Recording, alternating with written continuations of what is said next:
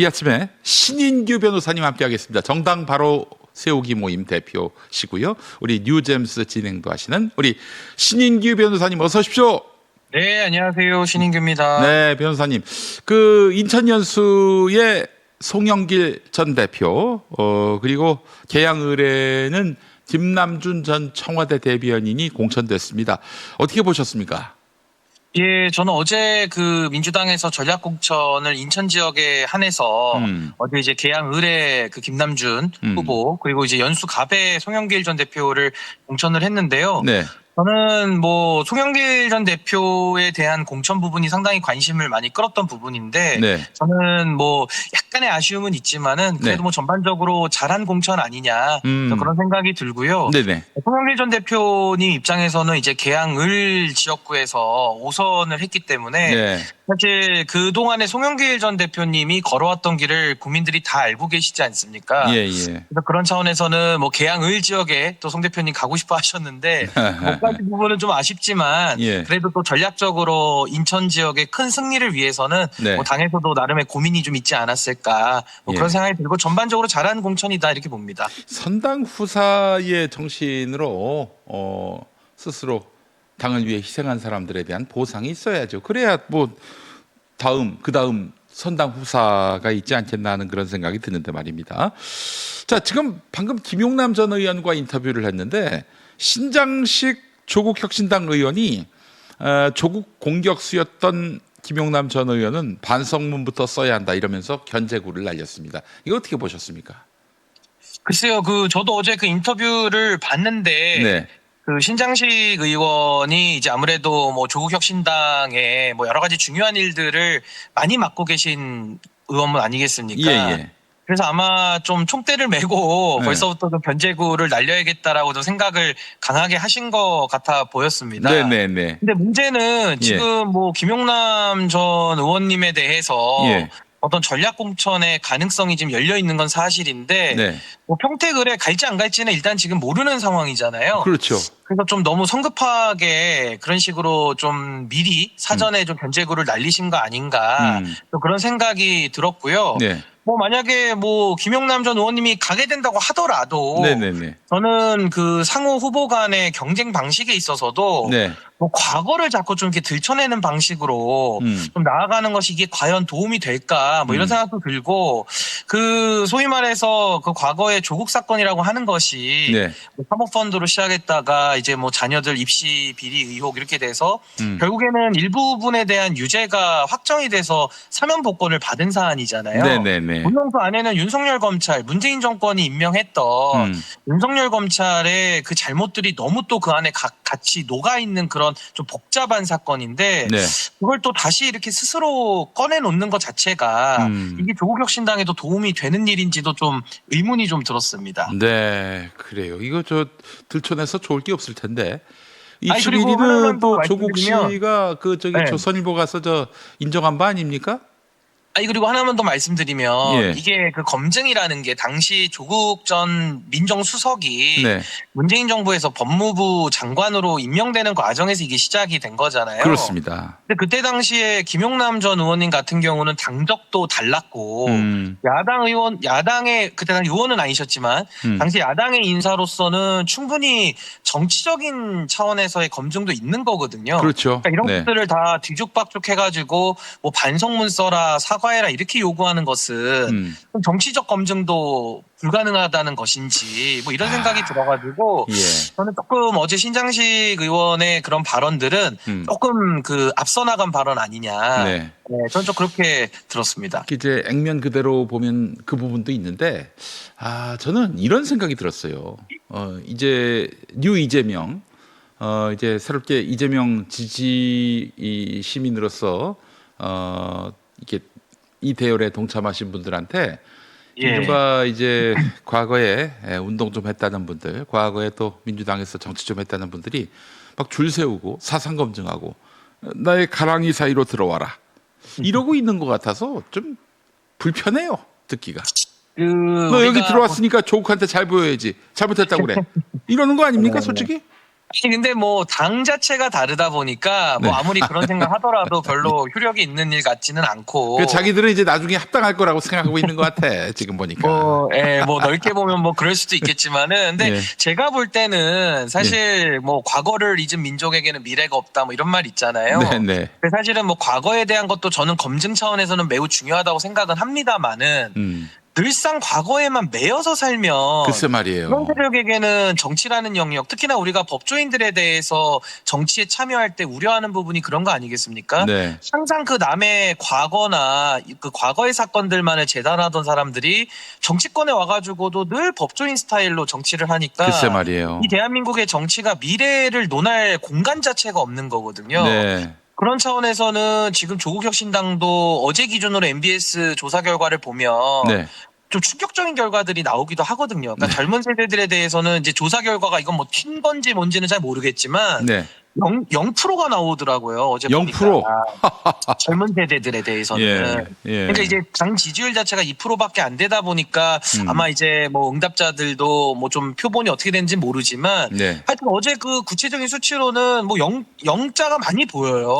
그러니까 그런 식의 지금 평가를 받는 원인 중에 하나가 어제 그 신장식 의원의 태도처럼 네. 너무 과거 지상주의적으로 행동을 하고 네. 뭐 상대방에게 반성문 쓰라는 식의 그 좀 사상 검증식이나 내지는 어떤 과거의 행적들을 하나하나 파헤쳐가지고 예. 본인들 위주로 사고하는 그런 방식들. 제가 이거를 다른 데 가서는 그 채권자 정치라는 식으로도 한번 채권자 정치. 불렀었는데, 예. 그러니까 이제 그런 식의 정치가 뭐 일부분 남아 있는 거는 제가 뭐 비판할 수는 없겠습니다만은 이제 너무 시작부터 그렇게 하는 모습은 이게 조국 혁신당에도 이제는 별로 도움이 되지는 않고. 네. 아니 만약에 저 같으면 이렇게 얘기를 했을 것 같아요. 아니 뭐 김용남 의원이든 누구든 한번 와서 세게 붙어보자. 우리는 예. 뭐 대선 주자고 국가대표급 큰 정치인이라고도 말씀을 하시니까 네. 큰 비전을 가지고 경쟁하자라고 얘기하는 게 훨씬 더 국민들 앞에는 더 호소력이 있지 않았을까. 맞습니다. 예, 저는 그렇게 봅니다.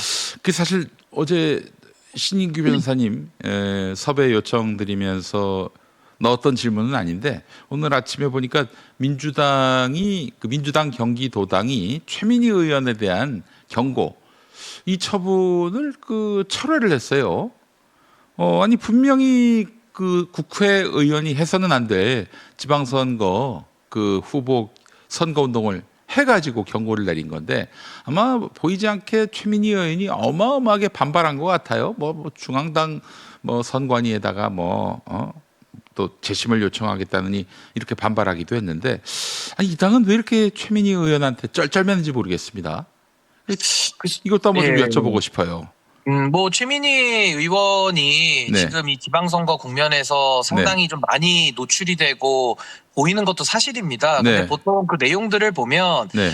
이분이 지금 과기방통위원회 위원장을 맡고 계신 아주 중요한 역할을 담당하고 계시잖아요. 네, 맞습니다. 근데 그런 어떤 뭐 국회에서 역할을 하고 뭐 이런 존재감보다는 아무래도 뭐 정청래 대표 이슈가 나오면은 최민희 의원이 가장 최전선에서 활동을 하고 있는 것도 사실이거든요. 네. 그러니까 과거에 뭐 KTV 관련된 논란이 있을 때도 그렇죠. 솔직히 엉뚱하게 나와가지고 막 정청래 대표의 호위무사처럼 행동을 하고 또 최근에도 정청래 대표에 대한 뭐 일부 최고위원들의 어떤 저는 정당한 비판이라고 보는데요.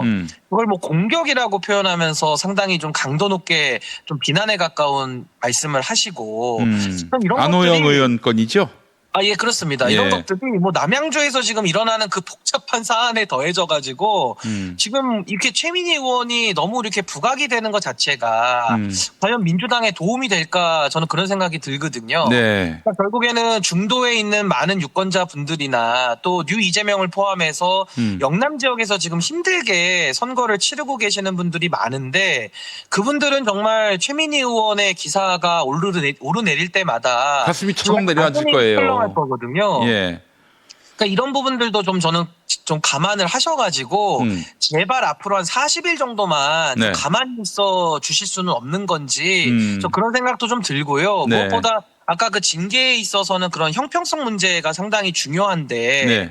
지금 정청래 대표 체제 들어와가지고 희한한 일들이 많이 벌어지고 있는 것도 사실이거든요. 맞아요. 네. 예를 들면 과거에 뭐 김병기 전 원내대표나 장경태 의원 이런 건들이 동시다발적으로 진행이 될 때도 네. 장경태 의원에 대한 징계는 상당히 미뤄지면서 좀 이렇게 보류되는 모습을 또 비판을 받기도 했고 최근에도 이원택 그 전북지사 후보에 대한 지금 징계 부분이 공정하게 다뤄지지 않다 보니까 안호영 의원이 12일을 단식하면서 지금 병원으로 가신 거 아니겠습니까? 네네네. 그러니까 이런 것들을 보면 정청래 대표와 가깝다라고 여겨지는 사람들에 대해서는 그런 윤리 감찰이나 징계의 칼이 너무 무디고 또 원칙론으로 적용할 때는 또 너무 엄정하고 그러니까 이런 식의 말이에요. 이중 기준이 정청래 대표와의 어떤 친소 관계를 중심으로 이루어지는 거 아니냐 이런 의구심이 자꾸 나오기 때문에 네. 이거는 정말 옳지도 않고 정청래 네. 대표도 그런 의구심이 나온다는 것 자체가 예. 문제의식을 갖고 좀 부끄러워해야 될 일 아니냐 예. 그런 생각이 듭니다. 예.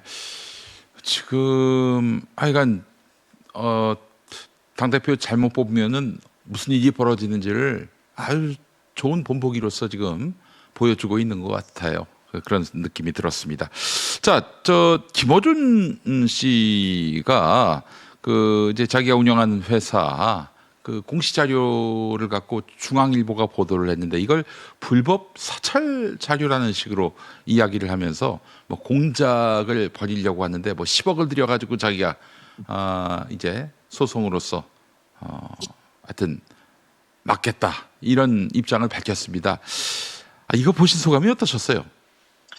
글쎄요, 저는 김어준 씨 관련된 그 중앙일보 기사로 알고 있는데, 네. 뭐 기사 내용은 뭐 제목 자체가 이렇게 돼 있습니다. 뭐 정치적 이슈에 따라서 이렇게 오르락 내리는, 그러니까 출렁거리는 그런 김어준 씨 방송국에 대한 평가를 하면서 뭐 매출이 뭐 455억으로 많이 늘었다. 네. 아마 요런 기사로 나간 걸로 제가 기억을 하거든요. 네네네. 근데 그 말 자체가 전혀 네. 잘못된 것이 없는 것이 예. 아니 우리가 보통 유튜브를 뭐 저도 출연도 많이 하고 합니다마는 네네. 정치 이슈가 있을 때는 유튜브가 잘 되는 게 맞고요. 예. 또 정치 이슈가 없을 때는 또 유튜브가 잘 안 돼요. 그러니까 그게 김어준 씨 입장에서는 대형 스피커이기 때문에 의제를 설정할 수 있는 권한을 갖고 있지 않습니까? 예. 그렇다고 한다면 본인이 마음을 먹으면 네. 어떤 의제 설정을 통해서 유튜브를 활성화시킬 수도 있고 네. 또 활성화시키지 않는 그런 이제 여러 가지 영향력이 있는 분이기 때문에 아마 그런 제목이 나간 걸로 저는 보여지는데 예. 아마 그런 게 좀 본인 스스로는 좀 감정적으로 많이 좀 기분이 좀 상한 거 아닌가. 아니 좀 그런 근데 생각이 들었고. 우리 이제 법률가이시니까 잘 아실 텐데 그 정도 보도 갖고 무슨 소송감이 됩니까? 아니 평가 해석을 두고 처벌할 수 있어요? 아니 그거는 뭐 법리에 맞지 않기 때문에 저는 뭐 김어준 씨가 뭐 법률가는 아니시지만 네. 뭐 그 정도의 판단은 다 할 줄 아는 분이시잖아요. 네. 근데 이제 아무래도 감이 안 된다는 거를 알만도 한데. 알면서도 소송을 하는 경우가 있죠. 그걸 네. 이제 소송 뭐 입틀막을 위한 소송이다 이렇게도 우리가 부르는데 네. 뭐 결국 저는 그러니까 그런 식의 이게 뭐 법률적으로 누구를 처벌하는 목적보다는 사회 언론들에 대한 겁박을 통한 위축 효과를 노린다고 저는 보거든요. 근데 거기 나와 있는 455억이라는 그 액수 자체와 뭐 구체적인 내용들 네. 그게 기업 공시 자료를 보고 쓴 거기 때문에 예. 뭐 그 자체는 공개된 정보를 그냥 정리해 놓은 거 글쎄 내지는 말이에요. 거기에 대해서 중앙일보가 가지고 있는 나름의 평가가 담겨 있는 거거든요. 네.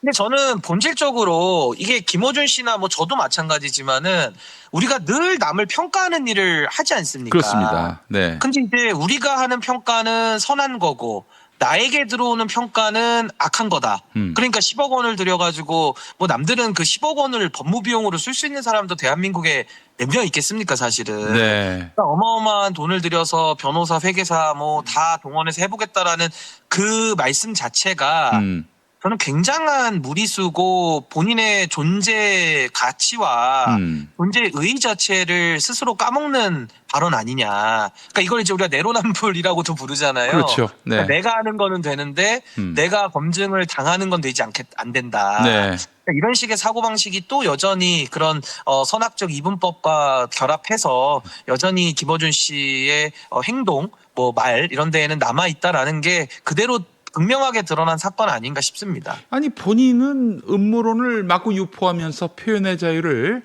대한민국에서 가장 많이 누리고 있는데 그런데 남은 자신에 대해서 그렇게 하면 안 된다. 이런 이중잣대가 어디 있습니까? 말도 안 되는 거고요. 그래서 저는 이런 생각도 듭니다. 왜 다 세상에 공개된 이런 공시 자료를 갖고 오버하지도 않고 있는 그대로 해석하고 평판을 한 건데 이걸 가지고 뭐 공작 소송 운운하는 걸 보면은 더 깊게 파고들지 말아라. 감추고 싶은 게 있는데 이거 들춰내지 말아라. 이 얘기를 하고 있는 것은 아닌가 하는 그런 음모론도 저도 한번 펼쳐봅니다. 아니 근데 뭐 결론은 이게 뭐 음모론으로 갈 건 아닌 것 같고 결론은 김어준 씨가 하는 업 자체가 늘 상대를 평가하고 뭐 비판하는 역할들 또 뭐 긍정적인 영향, 부정적인 영향 많은 것들을 만들어 온 분이잖아요. 네네네. 근데 본인은 검증을 받지 않겠다라는 것 자체가 이거는 자기 모순일 뿐만 아니라 우리가 대한민국은 국민주권으로 우리가 헌법에 나와 있지 않습니까? 네네네. 대한민국에서 주권자는 국민밖에 없어요, 사실은. 우리 공화국 체제 하에서는. 근데 문제는 대한민국이 민주공화국이긴 하고 국민주권 나라이기는 하지만 여전히 재벌 권력, 종교 권력, 문화 권력, 사회 권력, 언론 권력 남아 있는 거거든요. 그럼 언론 권력에 있어서도 과거에는 조중동으로 비롯된 보수 언론들이 언론 권력의 핵심이었다면은 지금은 뉴미디어와 김어준 씨가 가지고 있는 영향력이나 그분이 지금까지 쌓아왔던 그 영향력으로 놓고 보면은 언론 권력 중의 권력이거든요. 그럼요. 그게 또 김어준 씨라는 개인에게 또 집중되어 있다라는 것도 상당한 문제이기 때문에 당연히 이거는 국민들을 대신해서 기자들이 물어봐야 되는 것이고 저는 검증 대상이라고 보는 겁니다. 근데 그것을 김어준 씨는 마치 본인이 이제 밑바닥부터 쭉 올라오신 분이다 보니까 자꾸 이렇게 사람이 그 과거에 매몰될 수 있잖아요. 그러니까 여전히 본인은 그 과거에 운영했던 그 언론사 그 딴지일보 뭐 이제 그런 걸 운영하는 걸로 여전히 생각하는 거 아닌가. 근데 지금의 김어준이라는 분은 과거 30년 전과는 너무 다른 힘과 어떤 권력을 가질 수 있는 위치에 가 있는 분이기 때문에 저는 오히려 이거를 스스로의 어떤 성장을 놓고 오히려 사회에 감사하면서 더 공적인 역할을 한다고 보면 어떨까. 근데 그게 아니라 오히려 그 검증을 받는 대상이 됐다라는 것이 뭐가 그렇게 기분이 나빠서 10억 원이라는 돈을 써가지고 뭐 꼼꼼하게 한 줄 한 줄 다 읽어보면서 그 법률적인 조치를 하겠다는 그 모습 자체가 저는 또 하나의 역시 그 권력화된 모습을 보여주는 상징 아닌가. 저는 매우 이제는 안타깝다는 마음이 좀 들더라고요. 그 장면을 보면서는.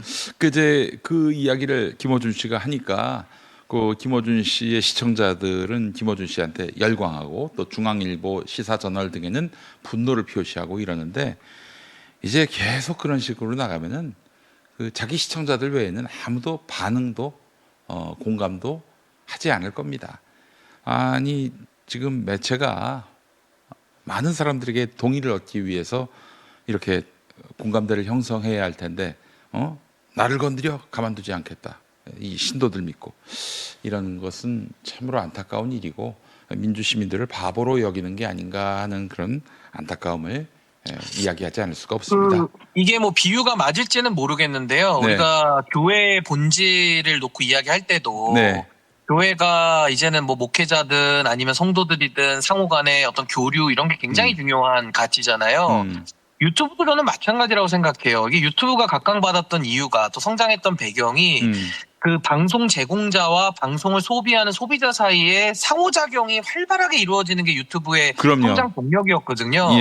근데 뭐 김어준 씨 방송 제가 뭐 자주 들어가서 보지는 않습니다만은 워낙 시청자들이 많고 댓글 수도 많다 보니까 이게 집단화돼서 권력화되는 건 맞는데 그 안에서 개개인의 아이디를 가지고 댓글을 올리시는 분들이 이제는 하나의 주체로서 어떤 소통을 할 수 있는 공간은 아닌 것 같거든요. 왜냐하면 댓글이 올라오는 속도도 너무 빠르고 그 안에서 자정적인 내용을 누가 올린다고 하더라도 그냥 묻혀버리는 겁니다. 반영 안 하면 그만인 거예요. 그러니까 그만큼 이제는 또 과거 레거시 언론이 비판받았던 일방향성의 어떤 정보 독점과 정보를 제공하는 이제 주체로서의 기능만 남은 거 아니냐. 이런 생각이 들어서 이제는 뭐 유튜브도 유튜브의 원래의 본질적 가치로 돌아간다면은 이게 너무 대형화됐을 때는 그 본질적 속성과 본질적 기능을 좀 잊어버릴 수가 있겠다. 이런 생각도 들어서 따라서 뭐 김어준 씨의 영향력이 뭐 당장 뭐 약화되고 이러지는 않겠지만은 말씀하신 대로 계속 고립이 되는 그런 과정은 좀 심화될 것으로 좀 예상을 해봅니다.